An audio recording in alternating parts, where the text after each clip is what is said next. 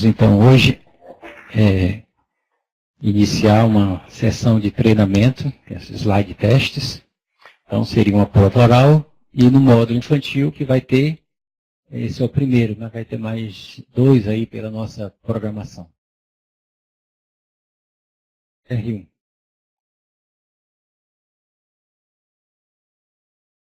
Feminino, 10 dias, dificuldade de vestir as fraldas, limitação da abdução do quadril esquerdo. A gente observa aí, eu acredito que o examinador esteja tentando fazer as manobras de Barlow e Ortolani, né? Pela a queixa, no caso, o sinal apresentado pelo paciente. A manobra de Barlow a gente faz unilateralmente, inicialmente, com adução do quadril e uma pressão antero-posterior. E quando esse sinal é positivo, a gente pode perceber um clique, um ressalto, né, que denota a subluxação da articulação. E no caso do Ortolani, a gente pode fazer essa manobra bilateralmente, e a gente faz através da abdução da articulação, e você coloca o dedo indicador e médio, a região posterior do quadril, fazendo uma pressão de lateral para medial, onde se o quadril foi subluxado inicialmente, na manobra de Barlow, ocorre uma redução dessa subluxação e você percebe o ressalto.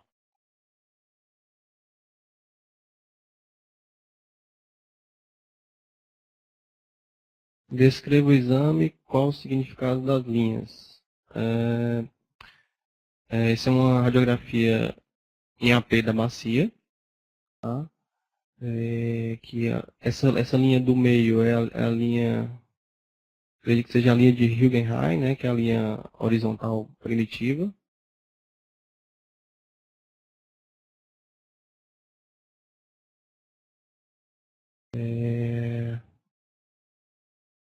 Essa linha amarela seria a linha correspondente ao teto do acetábulo, né?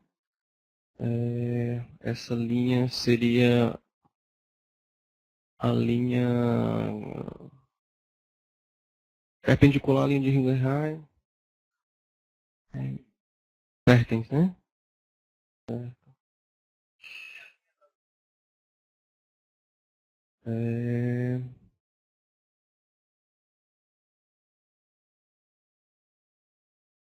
Uma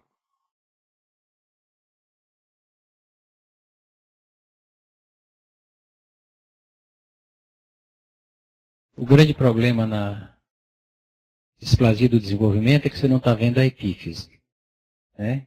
E outro grande problema é que no raio-x da bacia, você vê pelas linhas azuis que ela está inclinada, isso é, basculada. Você vê que essa linha aqui é maior do que essa, então está basculada. Essa linha aqui, ó, dos forames, essa aqui é maior. Então, com isto aí, esse exame nesta idade, fica difícil de você dizer que tem ou não uma displasia ou localizar uma displasia. Pode servir para outras coisas, para ver se tem uma ausência congênita, alguma outra coisa maior, mas para esse diagnóstico não tem. E você vai pedir que exame, então? geralmente é pedido ultrassom, né? Aí a gente vai ver o método de Graf, né? Que existem dois ângulos, né? O ângulo alfa e o ângulo beta. O ângulo alfa normalmente ele é maior do que 60 graus, o ângulo beta menor do que 55 graus.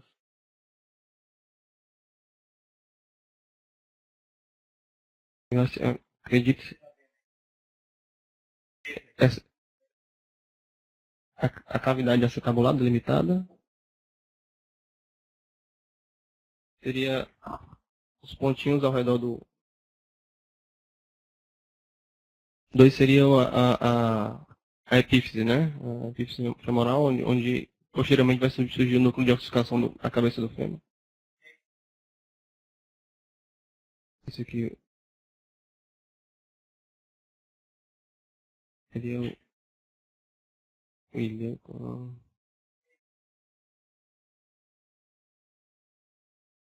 A pele, né?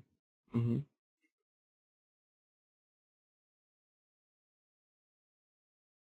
É o músculo, né? O glúteo médio.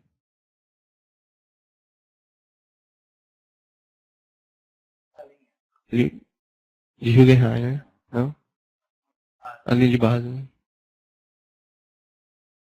Seria o alfa. O alfa.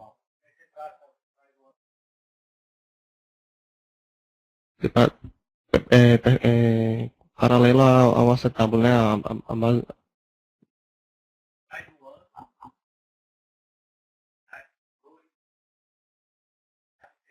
Certo.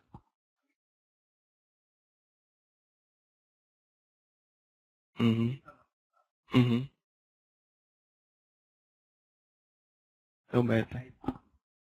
Uhum.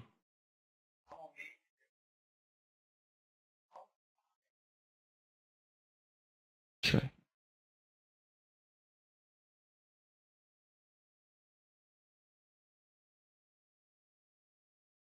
Só para termo de ilustração, isso aqui é uma peça de uma pesquisa que nós estamos fazendo no momento a nível de mestrado. Então você está vendo aqui um fetozinho que a gente dissecou, tangenciou aqui no corte coronal. E aqui você tem o grande trocânter, a epífise, ela é cartilaginosa, o acetábulo, e aqui, ó, que é cartilagem, olha, o azulzinho aqui, o azulzinho não, perdão, o, tá? E com esse aqui, róseo. Esse róseo aqui é cartilagem, né? E então aqui você tem a cartilagem trirradiada. E aqui está o exame que eu inverti, para como se eu tivesse com o transdutor entrando aqui, ó, na pele. Aqui você não tem o músculo glúteo. Então, aqui, ó, músculo glúteo. Tá? Aí você tem aqui, ó, o que você está vendo aqui, saindo aqui, ó, o labrum, que vai sair aqui, e que você vai ver aqui, ó, esse triângulo aqui, que é o labrum. Tá certo? Então, você vai ver nesse triângulo. E, logicamente, você vai ver aqui, ó, toda a epífise. E daí você vai traçar da mesma maneira as linhas de base e isso aqui. Ficou mais fácil para você entender aqui depois, né? Então você vê que essa cartilagem no ultrassom, ela é hipoecóica, quer dizer, é pretinho com os pontilhadinhos pretos. Então você está nítido. O ilíaco, que é quando o som bate aqui no osso, ele fica branquinho, né? Hiperecóico. O eco vem e volta. É igual o submarino. E você vai ver exatamente isso aqui. Então agora deve ter facilitado um pouco para vocês, né? Por isso que é importante a pesquisa.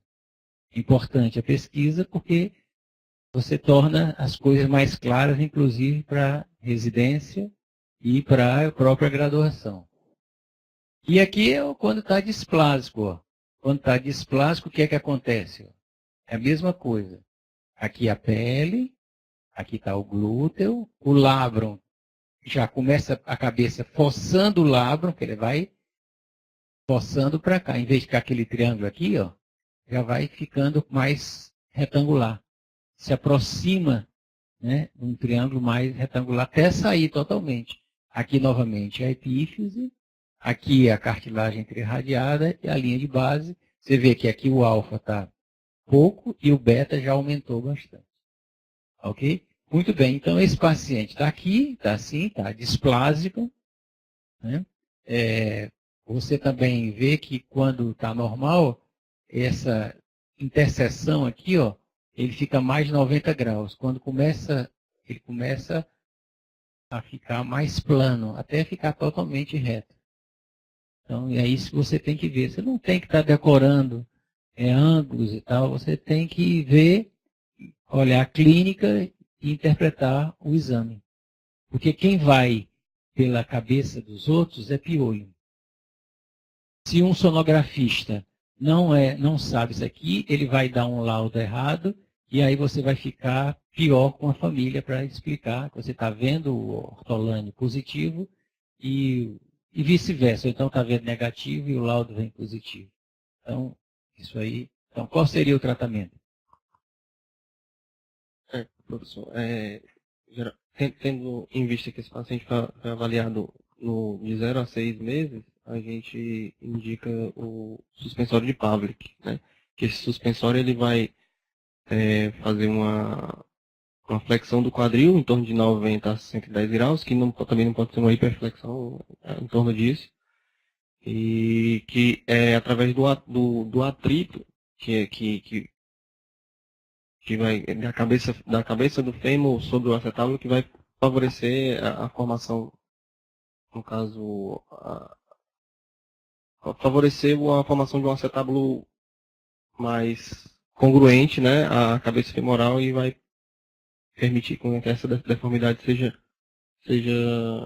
solucionada. Uhum. Uhum.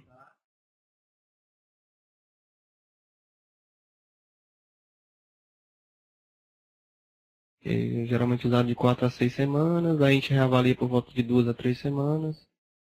E se tiver reduzido, a gente mantém. Se não, a gente pode pensar aí uma, uma redução cruenta.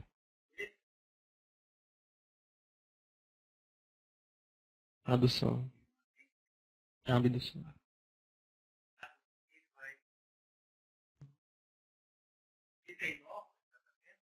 Não, ele tem uma complicação que se for mal posicionado, ele pode causar necrose vascular na cabeça do fêmur. Que é uma complicação iatrogênica, eminentemente.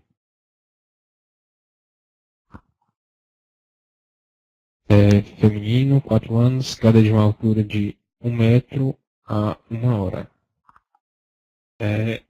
Fotografia do cotovelo da criança, de frente, de lado, né? Aparenta ter uma deformidade, certo edema. A gente tem que avaliar alguma fratura na região do cotovelo, com radiografias.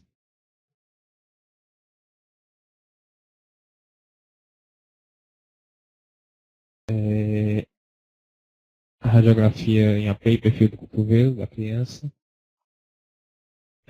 na qual a gente evidencia uma fratura supracondyliana do húmero distal. E a gente tem que avaliar outras fraturas associadas pelo mecanismo, que geralmente é uma queda com extensão do membro, investigar a fratura do rádio distal e avaliar neurovascular. Classificação, a gente usa a classificação de Gartland, 1, 2, 3 e 4. O grau 1 tem uma fratura sem desvio, o grau 2 tem um desvio, mas ainda tem contato transcortical, pelo menos um lado, né? Geralmente cortical posterior, ainda tem contato. O grau 3 não tem contato e o grau 4 é uma instabilidade multidirecional. Geralmente a gente evidencia mais no intraoperatório com intensificador de imagens.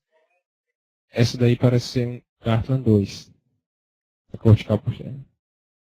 Conduta a gente vai tentar uma redução incruenta. Caso fique estável, a gente poderia pensar no tratamento conservador, inicialmente com tala, ácido palmar, posteriormente gesso, mas se não ficar estável, a gente teria foi feito tratamento conservador. Parece que o perfil a gente tem certa rotação, já que os fragmentos aparentemente não são do mesmo tamanho.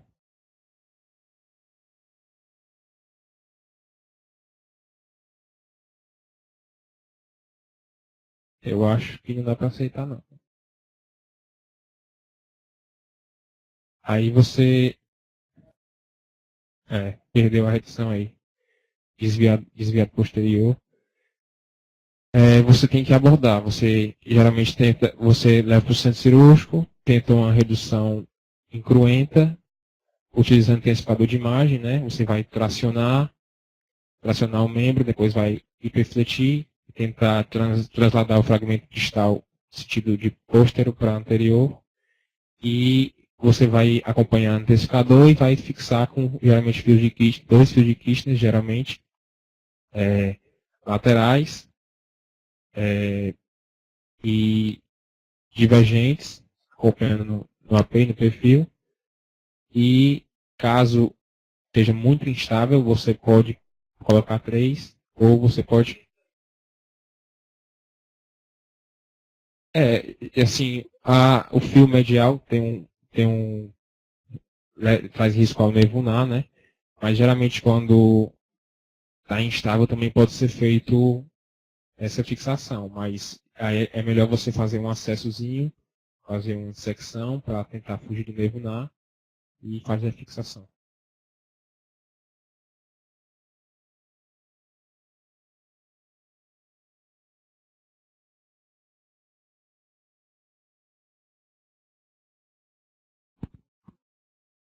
Vamos estragar o cara também. EVFA, feminino 12 anos, dor na coxa direita, nega trauma e nega febre. A paciente está 12 anos, né? Aparenta ter uma marcha claudicante. Pela idade dela, 12 anos, né?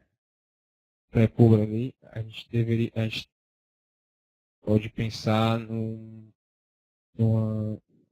epifisiólise, que é a alteração do quadril mais comum nessa faixa etária dela aí.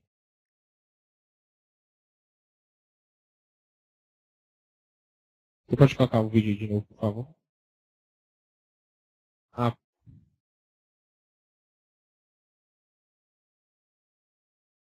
Vendo agora, parece ter um valgo aumentado.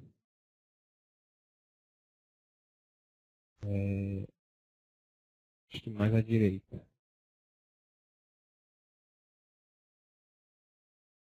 Tem uma radiografia do quadril, primeiro.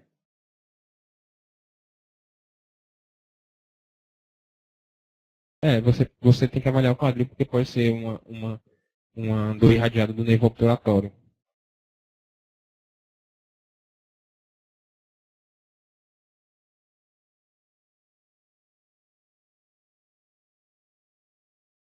Esse está testando a flexão do quadril e tem uma alteração que é o sinal de Dreman. Quando ele faz a flexão, tem uma rotação externa. Quadril direito.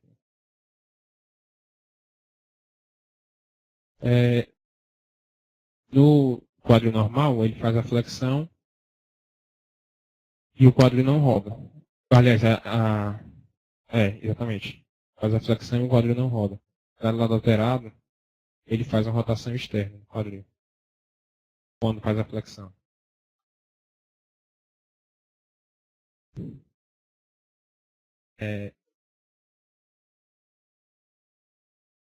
Quer dizer, assim, pode ter havido um deslizamento do colo com relação à cabeça femoral.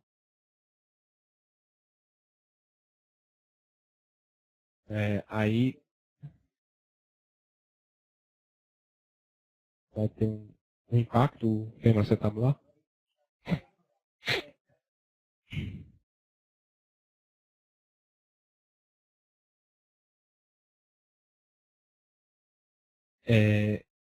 No quadril a gente vê uma radiografia de bacia P, um quadril direito, quadril esquerdo, não vejo muita alteração, mas o quadril direito parece ter um deslizamento da cabeça do colo com relação à cabeça, né? Que é um sinal do cajado, esse formato aí.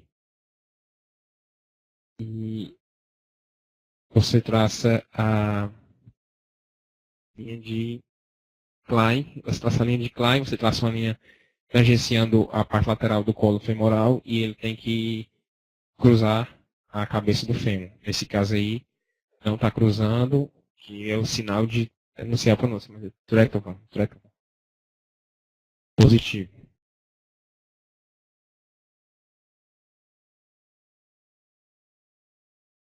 A classificação é com relação a, você pode classificar com relação a crônico aguda ou crônico agudizada, que você pode voltar ao slide inicial só para ver o tempo que ela tinha aquela queixa, por favor, que eu não lembro. Não diz, né, o tempo. Assim, foi rápido. Menos de 3 semanas. Então, é agudo. Menos de 3 semanas. O mais de 3 semanas é crônica.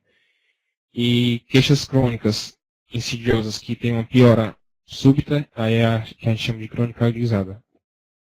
E a outra classificação é com relação a deslizamento da cabeça, que pode ser do 0, que é o pré-deslizamento, o 1, que é o deslizamento da cabeça com relação até 1/3 do colo, o 2, que é até metade, e o 3, que é mais da metade. Eu acho que aí seria 1 ou 2. É, 1 ou 2.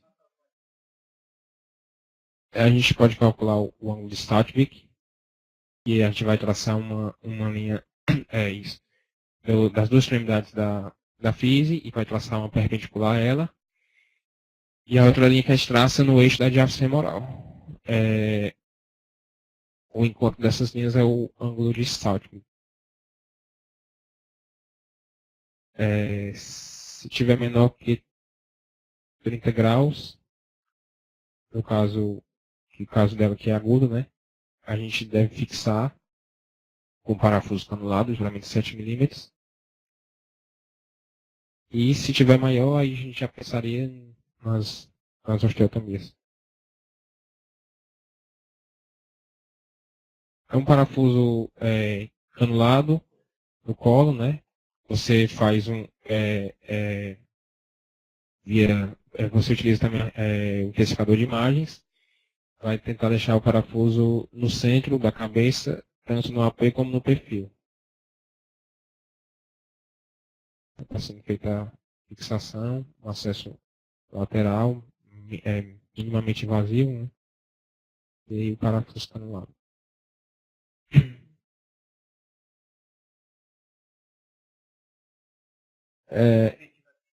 Assim, pelo que eu li, ainda tem certa controvérsia com relação a isso.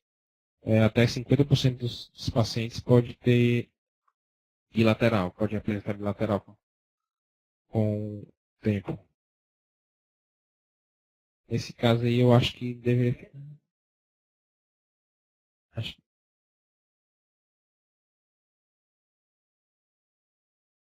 30, 30, certo. Então,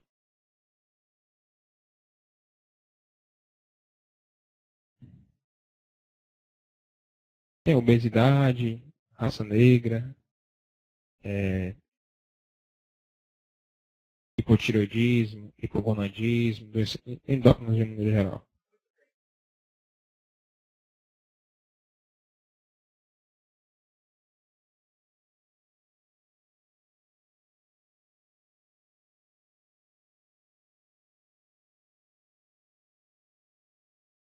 Acho, é, não, acho que retira. Acho que retira por causa da física. Mas eu realmente tenho certeza dessa resposta.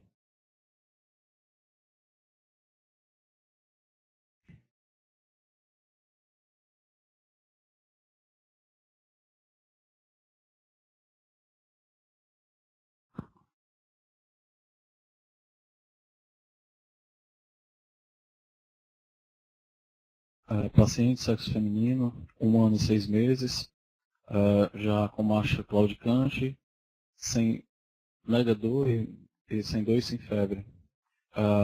Na foto à esquerda, a gente observa uma assimetria das pregas, bem evidente, uma dismetria dos membros, e na foto à direita, a telescopagem foi negativa. E abaixo a limitação da abdução direita do membro.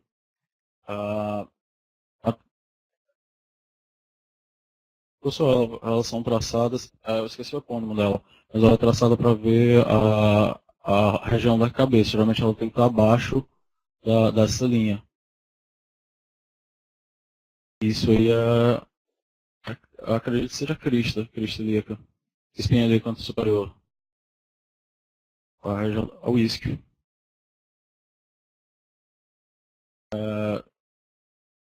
Ilha isquiática? Anela corroída. Desculpa. Ela tá assim, o trocante está acima, fala a favor de uma ascensão do trocante. Como eu falei, ele devia estar abaixo dessa linha. Geralmente isso faz a suspeição de uma luxação, apesar da telescopagem ser negativa. Solicitaria um exame de imagem de um DDQ.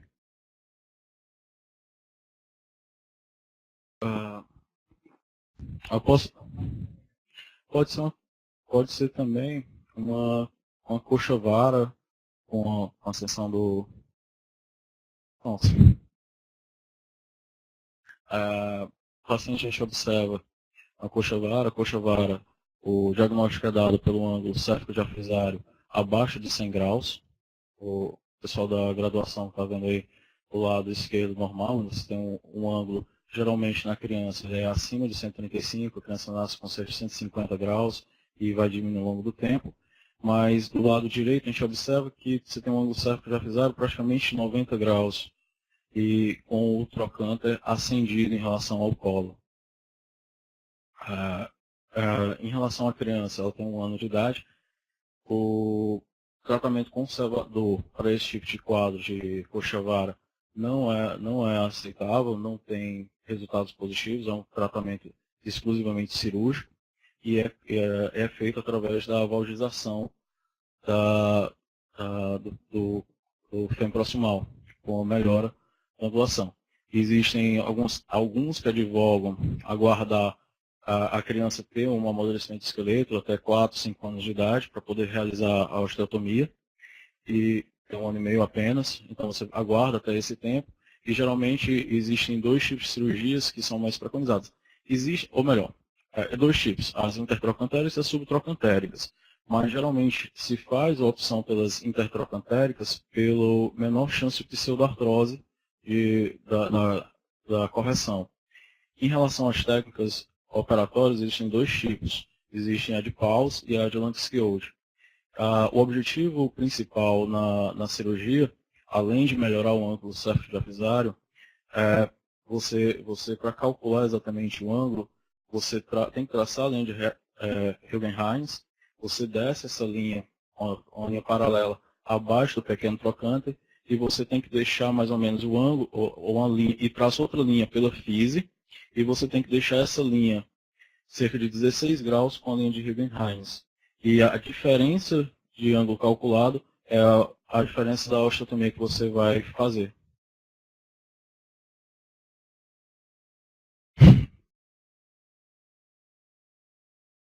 Paciente masculino, 6 anos, dor no quadril direito e claudicação. Nega trauma, nega febre. Bom, no quadril direito a gente vai observar algumas alterações, que a gente pode observar bem a diferença até para os meninos da graduação. A gente vê a epífise diminuída em tamanho, vê irregularidades na epífise. A fise, você tem um leve alargamento da fise, com a irregularidade também. Percebo também que você percebe que há uma diferença na densidade óssea também, quando comparado. E assim, nesse caso, o diagnóstico seria uma doença de Pertz. E a gente percebe até uma subluxação também do quadril, que é redutível essa subluxação na posição em RAM, ela tem uma melhor redução com a abdução do membro. Pronto. Existem algumas classificações, existe a classificação radiográfica inicialmente de Anderson, que a gente vai caracterizar aproximadamente o tempo, a fase da progressão da doença. No caso, ela está numa fase inicial, uma fase de começo de fragmentação. Existem 4 tipos: a fase inicial, a fase de fragmentação, a fase de reossificação e a fase residual. Dentro da fase, classificando essa como a fase de fragmentação, a fase de já inicial, a gente vai para as outras classificações, que a primeira classificação é a de Caterhall, uma das mais antigas, se não me engano, onde vai determinar o grau de fragmentação da cabeça. O segundo tipo é a de Salter, que vai avaliar a presença de uma lise subcondral, que se é até metade da cabeça ou mais da metade da cabeça, e a terceira classificação de Hering para avaliar o tamanho da coluna lateral. Isso tudo para avaliar se o paciente vai ter um bom ou um mau prognóstico. Em relação à radiografia em si, ele tem um sinal radiográfico que já fala de mau prognóstico, que é a subluxação. Isso aí já fala de mau prognóstico. Em relação ao tratamento, bom, o paciente do PERT, do pilar, o pilar é classificado em A, B e C.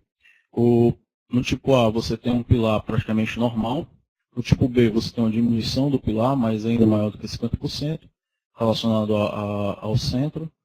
E no tipo C, você tem menos de 50% do pilar lateral. Professor, esse seria um tipo C. PC.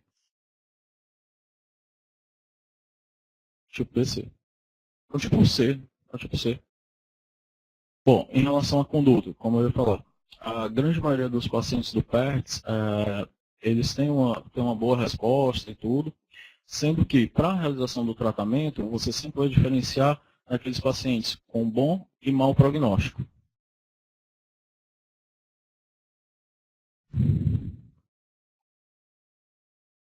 Eu acho que chega até 50%, né?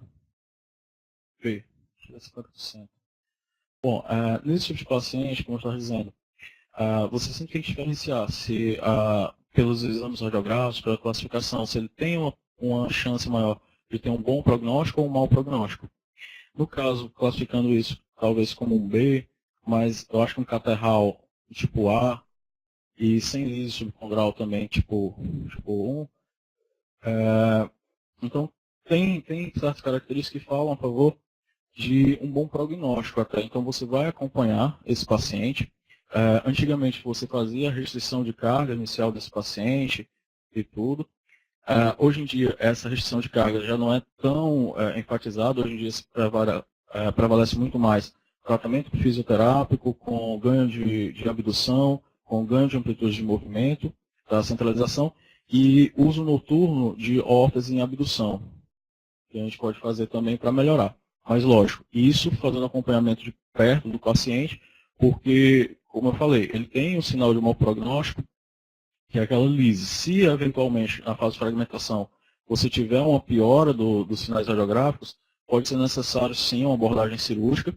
A abordagem cirúrgica nesse paciente, recomendada, você poderia fazer uma varização do fêmur, associado com a cirurgia de Salter, com a prateleira para melhorar a cobertura.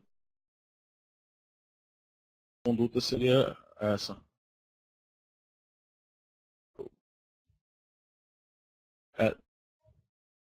Esse aí foi a órtese de abdução. A órtese de abdução, como foi falado, é um dos tratamentos que pode ser utilizado com a restrição de carga e tudo do paciente. Também evita atividades físicas de impacto, tudo isso. Como a gente pode ver, com a órtese de abdução, ela centralizou melhor a cabeça, permaneceu ambos congruentes, e aí entra também a classificação de Stuhlberg, onde você vai avaliar a congruência da articulação.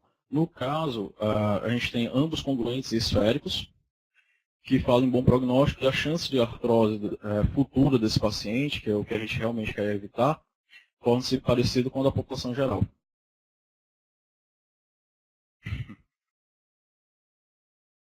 Paciente masculino, 9 anos de idade, deformidade nos pés. história familiar positiva, um tio materno.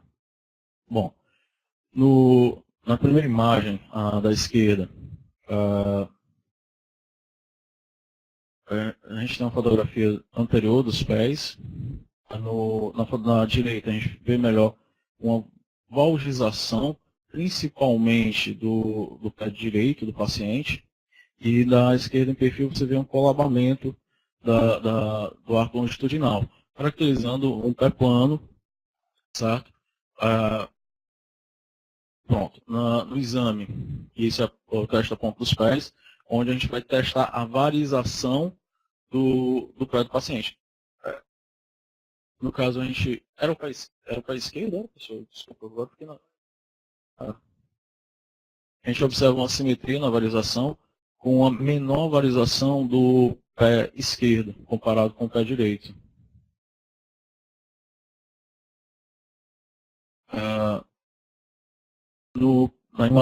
Nas imagens radiográficas, a gente vai ter a primeira imagem, a radiografia do pé, em AP, onde a gente tem que ser avaliado a cobertura do talos pelo navicular. A cobertura parece ser um pouco insuficiente, um pouco diminuído, ele um pouco lateralizado. Na imagem da direita, em perfil, a gente pode traçar alguns ângulos, como o pitch do calcâneo, que deve estar diminuído, abaixo de 15 graus, nesse caso. Bem colabado. Outro ângulo também que parece estar quebrado é o ângulo de Meari, que é em relação ao eixo do talos e o primeiro raio, parece estar quebrado.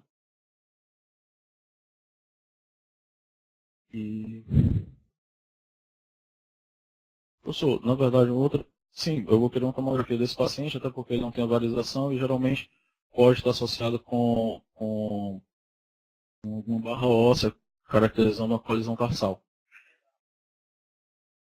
Professor, não visualizam, na verdade, estou vendo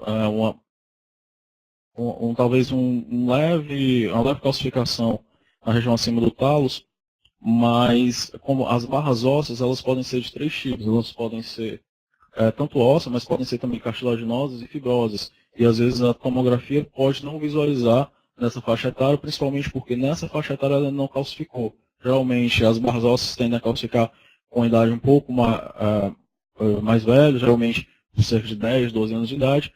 Então, assim, se o exame físico você tiver com a forte suspeição de que o paciente tem uma colisão tarsal, ele é sintomático, para fazer o diagnóstico diferencial você pode solicitar ou até uma ressonância para ver melhor. Mas eu realmente acho que tem sim uma barra óssea ali. Bom, o tratamento é eminentemente conservador inicialmente, sempre. Sempre você tenta o tratamento conservador, com fisioterapia, com uso de palmilha, com melhora do arco longitudinal. E se a cirurgia só vai estar indicada, no segundo momento, se o paciente não tiver melhora do quadro álgico.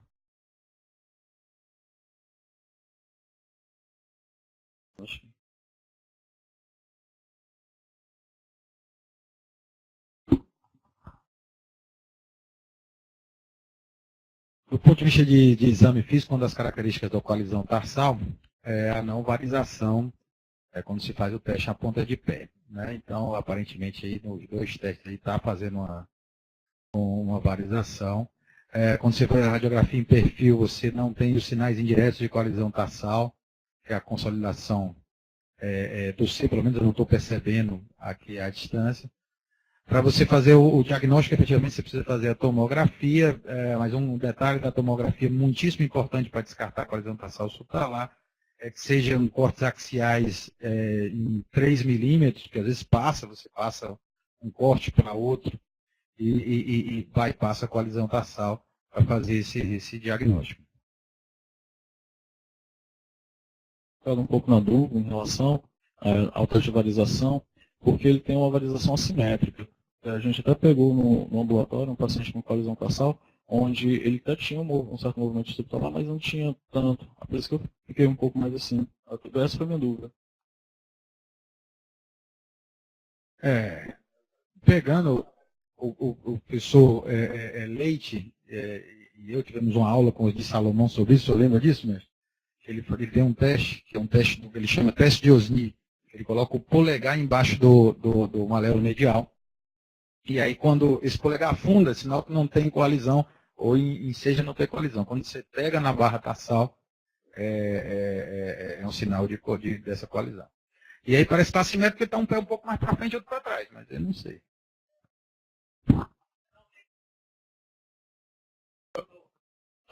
Tratamento conservador, como foi dito. Tratamento conservador, palmilha, fisioterapia. Inicialmente, é esse o tratamento.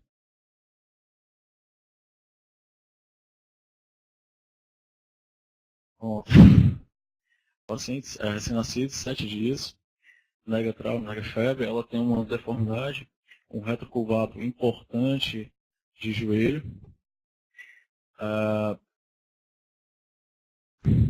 É um retrocurvato de joelho, uma deformidade congênita. E, assim, tem que avaliar por retrocurvato. Retro. Já não recurvato.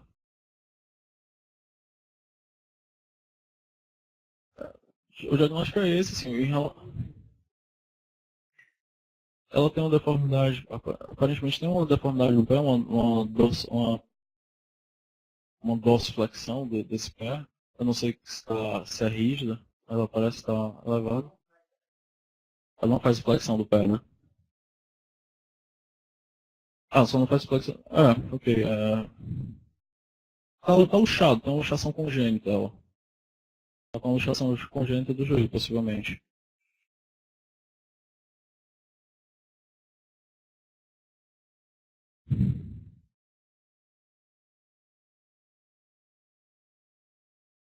Eu não sei, realmente.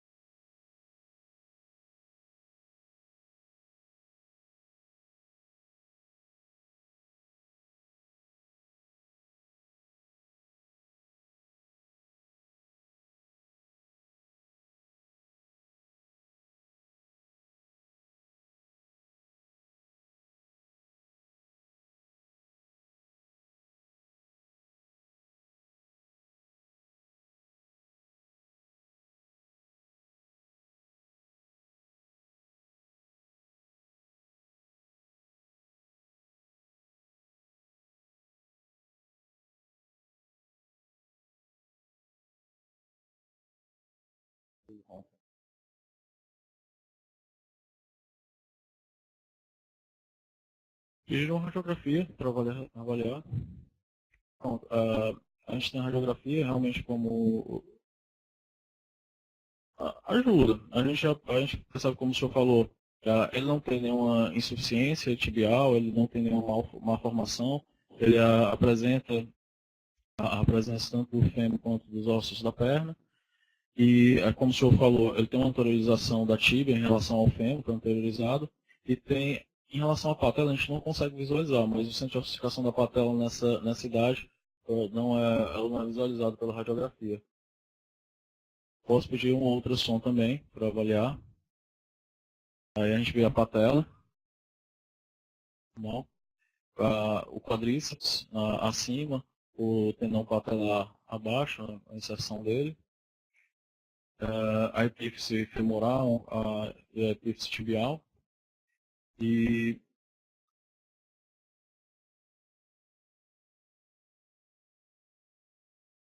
a patela está acima, sim, a patela alta.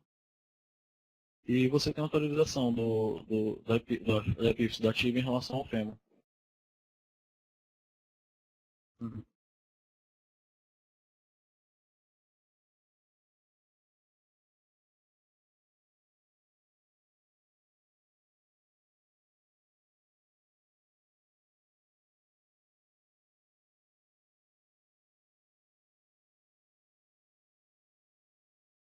Sim,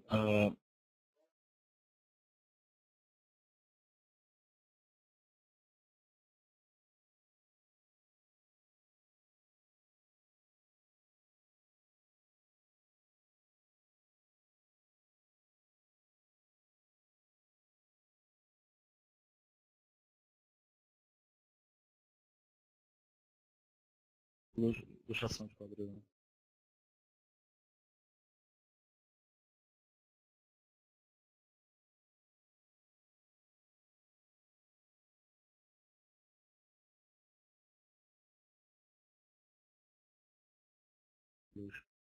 O- a apresentação pélvica tem relação também ou não?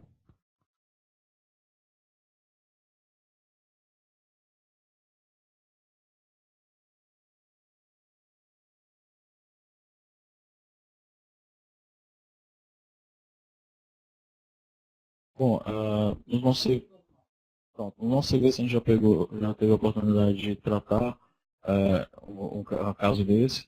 A gente fez tratamento gessado, seriado, com redução da tibia em relação ao fêmur e teve um bom resultado.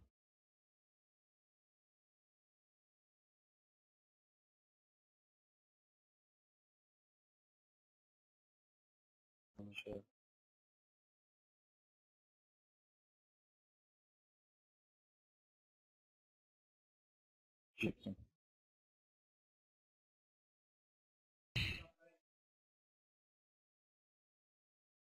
Paciente de 3 anos, masculino, com uma deformidade em membro superior direito, por fratura de cotovelo há 1 ano.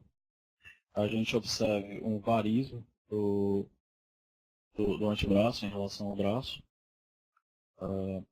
que, que você tem essa variação do antebraço.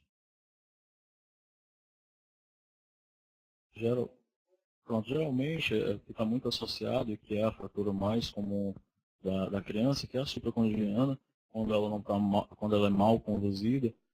Uma das complicações dela é exatamente uma deformidade, uma consolidação viciosa com deformidade. É um cotovelo varo, um cúbito varo. Varo.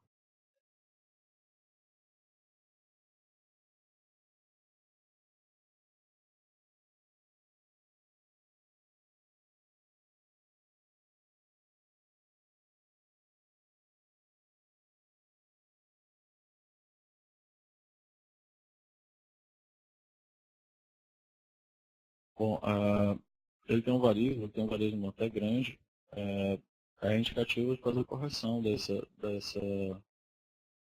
cotovelo. Não, pela funcionalidade. Principalmente pela funcionalidade. A gente pode fazer uma osteotomia na região. Sim, sim, solicita radiografia para avaliação. Bom, a gente pode observar na região supra, que a gente tem um desvio com aumento da cortical, principalmente lateral. Ela parece estar alongada em relação à cortical medial. Então a gente poderia fazer Não, é rotacional também. É um desvio rotacional associado. Possivelmente ela deve ter tido um Gaston 3 na época que consolida, mas consolida com esse desvio. Então você tem. Ela foi qual a idade dela? 6 anos, né? 6 anos, né? Bom,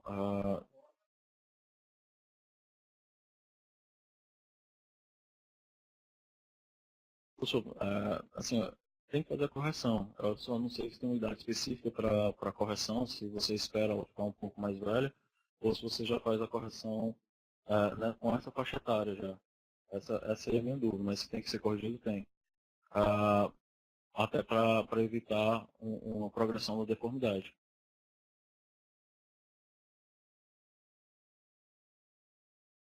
Bom, você tem que fazer a redução vai ser aberta, você tem que fazer a osteotomia, eu farei uma cunha de fechamento lateral.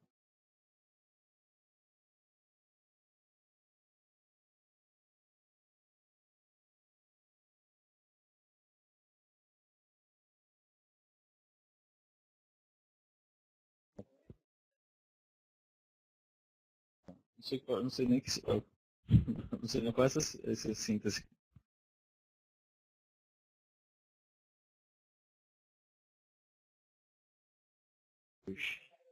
Ah, tá.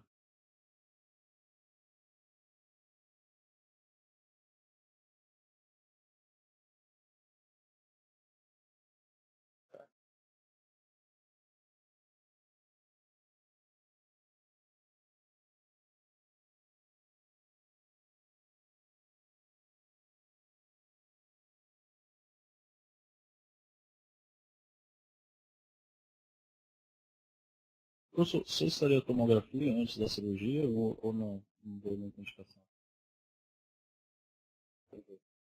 Pela limitação.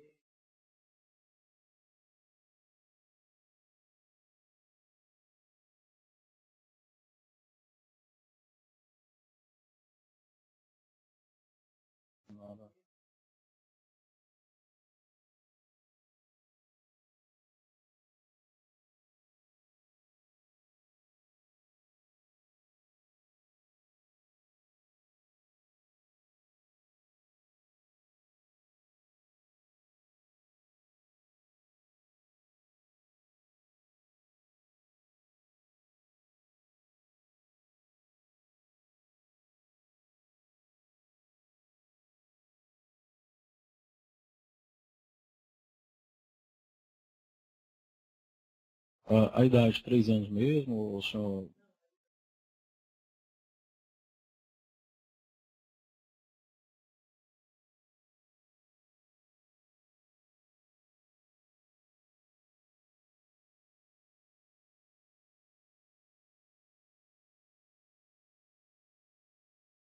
Paciente, feminino, 2 anos de idade, apresentando uma marcha claudicante. Tem um aumento da rotação externa, da rotação interna do membro direito. Pronto. A gente tem uma luxação com DDQ, uma luxação do quadril, com bilateral, com uma ascensão maior do lado direito. Ele tem uma marcha bamboleante.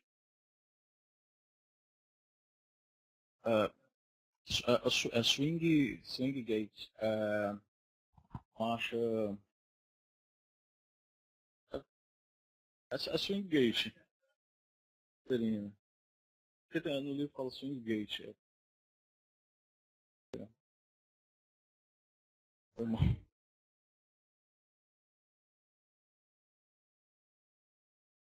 Tem outro nomezinho.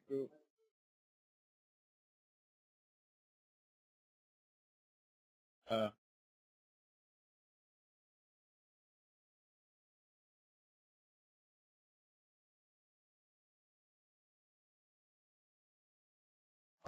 telescopagem também vai ser positiva.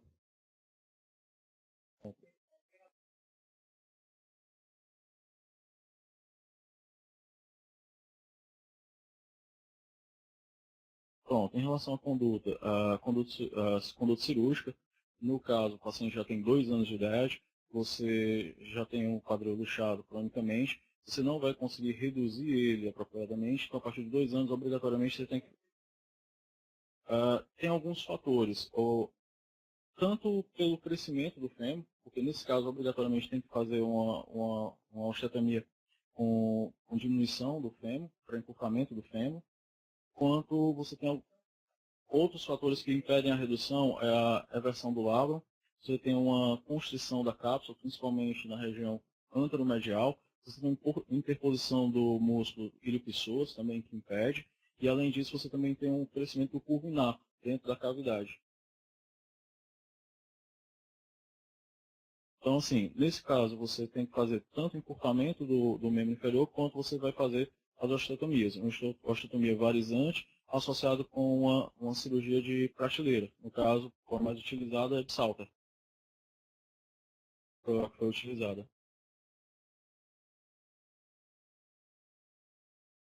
Você roda e encurta e joga. E pode fazer, e tira também, a gente pode colocar um enxerto até para aumentar mais a cobertura da cabeça.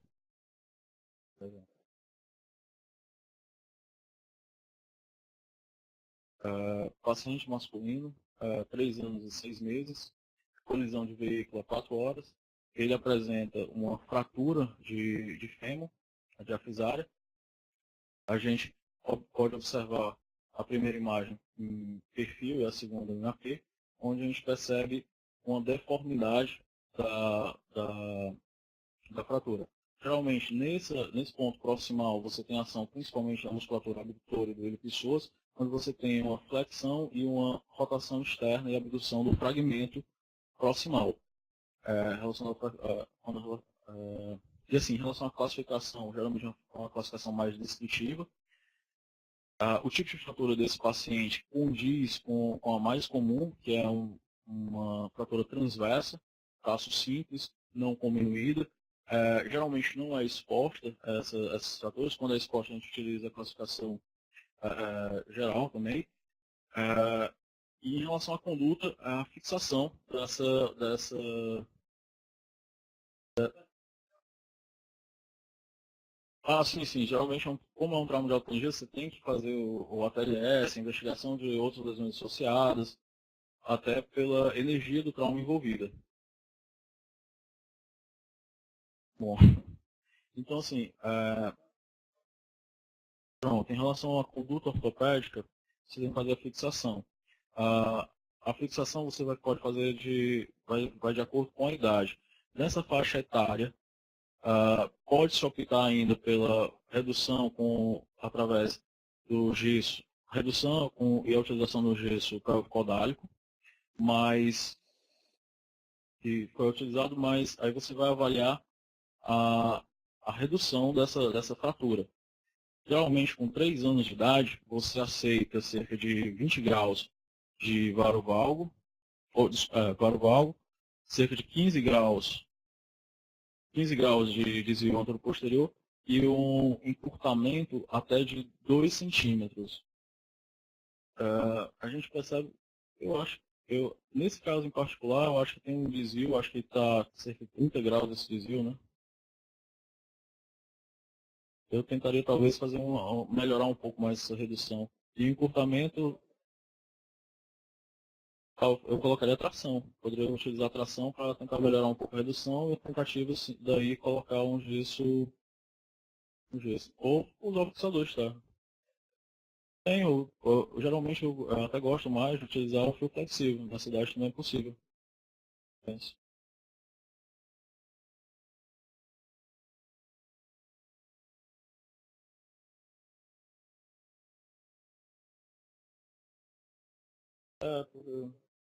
Mas. Mas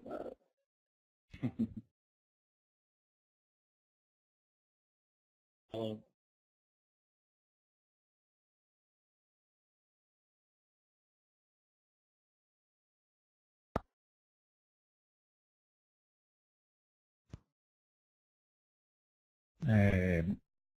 Acho que primeiro, mestre, é sempre um aprendizado acompanhar aqui o slide teste do senhor. Hoje eu aprendi que realmente existe a marcha bamboleante.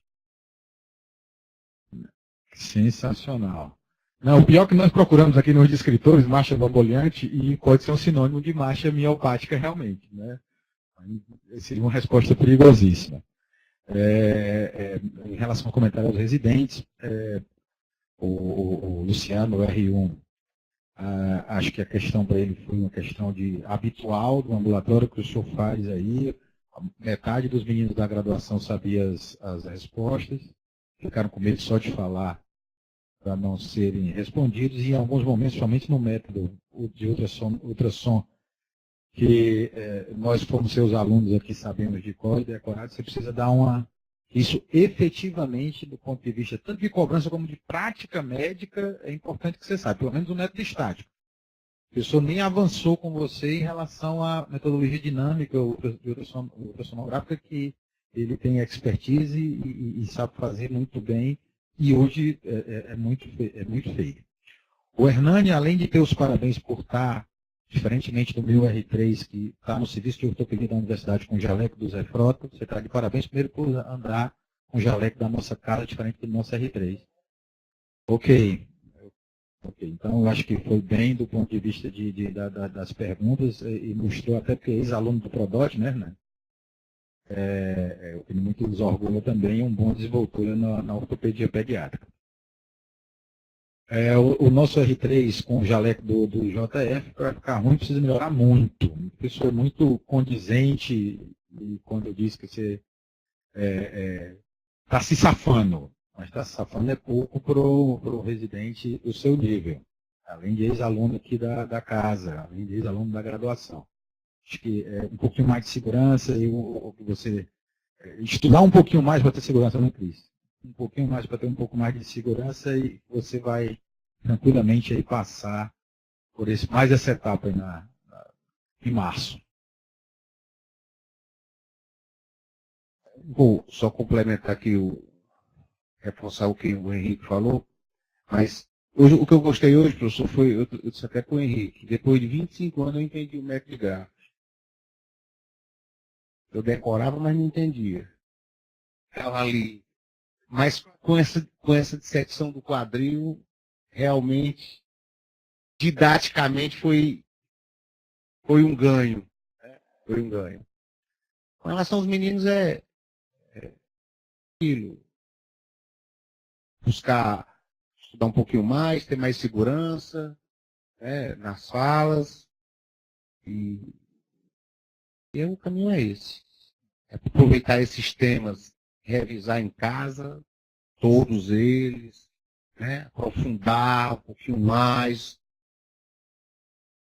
responder para a internet os temas, mas o que vai cair lá são esses temas. Essas perguntas. Então, ficar um pouco mais seguro em todas as respostas e aprofundar um pouquinho, né, um pouquinho mais para algum quesito, alguma coisa. Olha o nosso método aí.